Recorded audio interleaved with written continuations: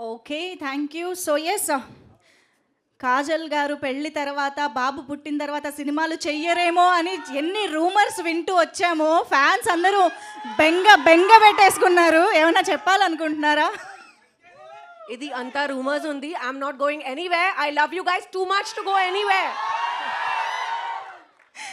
అది. So, yes. Looking forward for more of your films and yes. ఇది నా first birthday with all of you like this. I have been in the industry for so many years, but every birthday usually I travel or I run back home. Idi na best birthday.